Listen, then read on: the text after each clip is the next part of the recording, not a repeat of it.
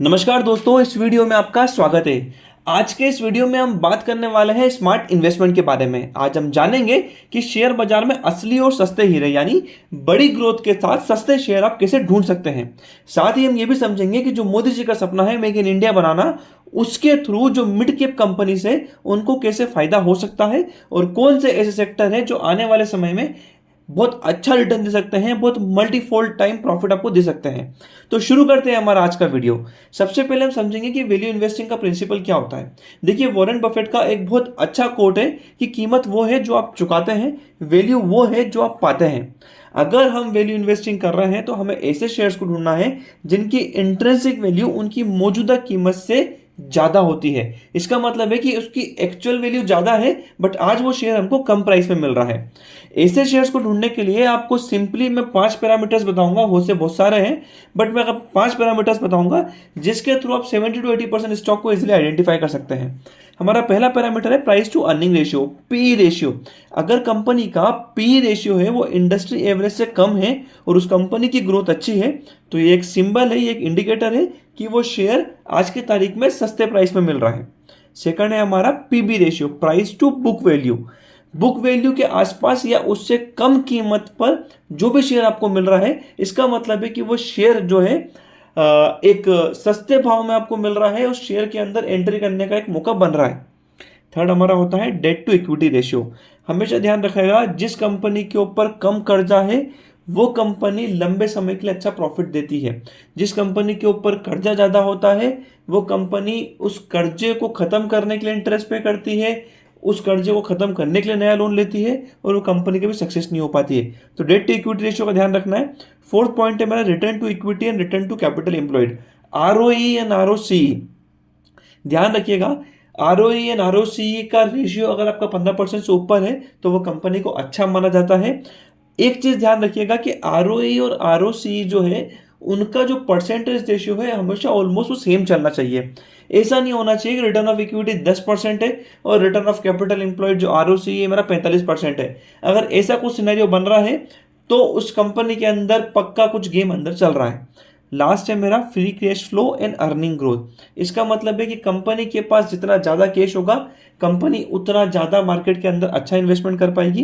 Company की earnings हमेशा अच्छी होती है तो इसको हम क्या बोलते हैं कि नियमित और बढ़ती हुई कमाई वाली कंपनी एक अच्छे प्राइस में मिल रही है तो इसका मतलब है कि आपको सस्ता हीरा मिल रहा है।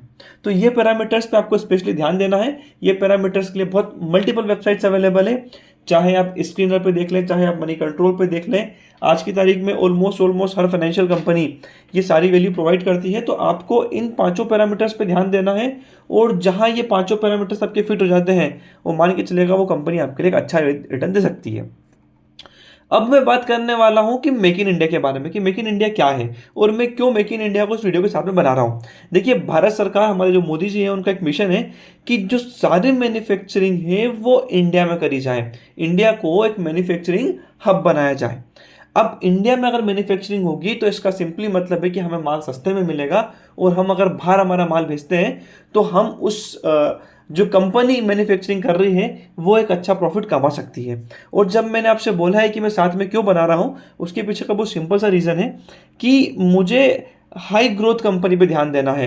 देखिए, जो कंपनी ऑलरेडी ग्रोथ कर चुकी है ना, आप वहाँ पैसा डालेंगे हो सकता है इतना पैसा ना बने, बट जो कंपनी आज अच्छा मैन्युफैक्चरिंग कर रही है, जिसके पास अच्छी मैन्युफैक्चरिंग फैसिलिटी है, जिसके मैनेजमेंट अच्छा है, जिसका प्रोडक्ट अच्छा है, हम अगर उन कंपनी पर इन्वेस्टमेंट करेंगे जिनने भी शुरुआत करी है तो आने वाले समय में वो कंपनी आपको ज़्यादा रिटर्न देगी बजाय उन कंपनी के जो ऑलरेडी डेवलप्ड है। अब जो मेक इन इंडिया है इस पे कौन कौन सी कंपनी से, कौन कौन सेक्टर से जहां पे आप फोकस कर सकते हैं। देखिए, पहला जो है वो है डिफेंस और एरोस्पेस का। इसका मतलब क्या है कि जो भी डिफेंस बनाने वाली कंपनीज है, जो वेपन्स बनाने वाली कंपनी है, जो इसमें रिसर्च या इनोवेशन कर रही है, पहला वो सेक्टर है। दूसरा हमारा है इलेक्ट्रॉनिक एंड सेमीकंडक्टर। सेमीकंडक्टर हमारा one of the favourite sector है। मोबाइल और लैपटॉप की जो असेंबलिंग होती है वो भारत में हो रही है। सेमीकंडक्टर का जो एक हब है वो इंडिया में डेवलप हो रहा है। हर चीज़ में सेमीकंडक्टर लग रहा है। थर्ड हमारा है ऑटोमेटिव और ईवी सेक्टर। ईवी सेक्टर थोड़ा सा सैचुरेट होने आ गया है, बट अभी बहुत जगह बाकी है। ईवी के जो इंस्ट्रूमेंट्स होते हैं, बैटरी मैन्युफैक्चरिंग, इन सब में इंडिया में इन्वेस्टमेंट बढ़ रहा है। लास्ट मेरा है टेक्सटाइल और एफएमसीजी। जो भी पीएलआई स्कीम है जो गवर्नमेंट लाती है, उसके जरिए सरकार जो है वो एक्सपोर्ट पे फोकस कर रही है, प्लस ये कोशिश कर रही है कि जो इंडिया में मैन्युफैक्चरिंग हो रहा है वो इंडिया के लोग ही यूज़ करें। तो मेक इन इंडिया के थ्रू ये सारी कंपनीज हैं जो एक अच्छा रिटर्न दे सकती है। अब आप क्या कर सकते हैं कि इन चारों सेक्टर्स के अंदर जो मैंने आपको पैरामीटर्स बताए थे वो फिट करिएगा और उनसे स्टॉक निकालिएगा, तो शायद एक लॉन्ग टर्म के अंदर आपको अच्छे स्टॉक्स मिल सकते हैं। अब जब मैं मिड कैप कंपनी की बात करता हूं तो मिड कैप क्यों बात करता हूं, देखिए मेरी नज़र में जो इस कंपनी का मार्केट कैप आज की तारीख में बोला जाए 400, 500, 1000 करोड़ से कम होता है, या लगभग 4-5 हज़ार करोड़ के आसपास होता है, वो मिड कैप कंपनी होती है। बट मैं आपको बोलूंगा फोकस करने के लिए ऐसी कंपनी पे जिनका मार्केट कैप 1000 करोड़ रुपए से कम का होगा, क्योंकि ये कंपनियां अभी छोटी है, इनको बड़ा बनने में समय लगेगा। मतलब आपके पास पूरा मौका है छोटी से लेके बड़ी कंपनी होने तक का। तो जैसे जैसे कंपनी बढ़ेगी वैसे वैसे शेयर की वैल्यू बढ़ेगी। इसलिए मैंने आपसे बोला कि जिन कंपनी का मार्केट के 500, 700 या 1000 करोड़ रुपए से कम का होता है, आप फोकस ऐसी कंपनी पे करें, क्योंकि इन कंपनी में पोटेंशियल ज़्यादा होता है, लार्ज कैप की कंपनी से ज़्यादा प्रॉफिट प्रोवाइड करते हैं, और मेक इन इंडिया के थ्रू ना ये मैन्युफैक्चरिंग जो मिड कैप कंपनीज होती है इनको ना बहुत प्रॉफिट मिलता है। इसलिए मैंने इन तीनों सेक्टर्स को एक साथ इस वीडियो के अंदर कंबाइन करा है। मैं कुछ आपको बहुत अच्छे अच्छे एग्जांपल देता हूँ। Dixon technology mid cap company है, इलेक्ट्रॉनिक मैन्युफैक्चरिंग करती है, पीएलआई स्कीम के थ्रू इसको बहुत बेनिफिट मिलता है। सैमसंग, शाओमी जैसे ब्रांड्स के लिए मैन्युफैक्चरिंग करती है, और 2020 के बाद इस कंपनी ने मल्टीबैगर रिटर्न दिए। बहुत स्कोप बाकी है। ये वीडियो के बीच में क्लियर कर देता हूँ, ये कोई इन्वेस्टमेंट एडवाइस नहीं है, ये सिर्फ एक लर्निंग है आप लोगों के लिए, जिससे आप समझ सकें कि आपको कौन सी कंपनी चूज करनी चाहिए, कौन सा सेक्टर आपको चूज करना चाहिए। डिक्सन के बाद एक Bharat forge, MTR technology defence और इंजीनियरिंग के अंदर काम करती है। भारत सरकार की तरफ से जो आत्मनिर्भर डिफेंस पॉलिसी के एडवांटेज है इन कंपनी को बहुत मिले हैं।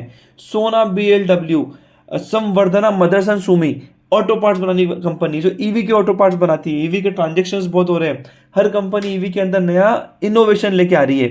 तो ये जो कंपनियां हैं, आपको ऐसी ही कंपनी को चूज करना है। मैंने सिर्फ एग्जांपल दिया है, ऐसी अभी बहुत कंपनी है जिसका मार्केट में बहुत स्कोप बाकी है, ठीक है। पर एक चीज वीडियो को एंड करने से पहले, कि कभी भी ये अंदाजा ना लगाएं कि यार स्टॉक का पी कम है तो मैं इसके अंदर इन्वेस्टमेंट कर देता हूं।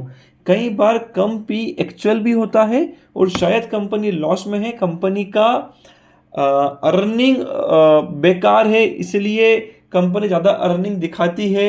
ये कंपनी एकदम से लोन लेके, कई कंपनी मार्केट में क्या करती है ना कि बहुत सारा पैसा मार्केट से उठा लिया, बहुत सारी सेल कर दी कंपनी ने, जो लोन उठाया उसके कंपैरिजन में कंपनी ने सेल कर दी, कंपनी ने अर्निंग दिखा दिया, प्राइस वहीं कम है, कंपनी बोलती है हमारा पी कम है। बट कंपनी ने ये नहीं देखा कि उसने एक्चुअल पैसे से पैसा नहीं बनाया है, उसने लोन लेके पैसा उठाया है, और अभी तो उसको लोन का इंटरेस्ट, लोन को चुकाना है, सब बाकी है। तो कम पी, हर बार ये नहीं होता कि कम पी मतलब इन्वेस्टमेंट कर देना है। कंपनी का फंडामेंटल अगर खराब है और वो कंपनी अगर सस्ती है तो कोई मतलब नहीं इन्वेस्टमेंट करने से। कंपनी की ईयरली रिपोर्ट एक बार आप देख लें, कोशिश करें कंपनी का सेल्स और कंपनी का एक्सपेंसेस देखें कि क्या ये कंसिस्टेंटली मेंटेन है, कंपनी ये कंटिन्यूस प्रॉफिट दे रही है, और क्या कंपनी का जो प्रॉफिट है वो 15%, 20%, 25% through out the journey maintain है या नहीं है। क्योंकि कई बार क्या होता है ना, कंपनी बोलती है हमने 1000 करोड़ की सेल करी और उसमें से हमारा 950 करोड़ रुपए के हमारे खर्चे हो गए। तो 1000 करोड़ रुपए की कंपनी अगर 50 करोड़ रुपए कमा रही है, मतलब कितना हुआ, मुश्किल से मुश्किल आपका इसके अंदर ये 0.5% के आसपास हुआ है। अगर कंपनी इतना ही कमा रही है तो क्या मतलब, 0.5 नहीं हुआ है, सॉरी 5% हुआ है। तो कंपनी अगर इतना कम प्रॉफिट कर रही है तो कोई कम मतलब नहीं ऐसी कंपनी में इन्वेस्टमेंट करने से पहले। तो ये कुछ पैरामीटर्स थे जिसके थ्रू मैं आपकी हेल्प करना चाहता था, ताकि आपको स्टॉक्स आइडेंटिफाई हो जाए। तो इस वीडियो को मैं कंक्लूड करता हूं कि अगर आपको सस्ते और अच्छे शेयर ढूंढना है तो सही वैल्यूएशन पर फोकस करें, मेक इन इंडिया सेक्टर से जुड़ें, मिड कैप कंपनी पर रिसर्च करें, फंडामेंटल्स पे बिल्कुल फोकस करें, और हमेशा पेशेंस रखें स्टॉक के सही प्राइस आने का, ठीक है। तो इसी के साथ मैं वीडियो को एंड करता हूं और उम्मीद करता हूं कि जो इन्फॉर्मेशन मैंने आपको दी है वो आपको जरूर समझ में आएगी। Thank you and thank you for watching this video.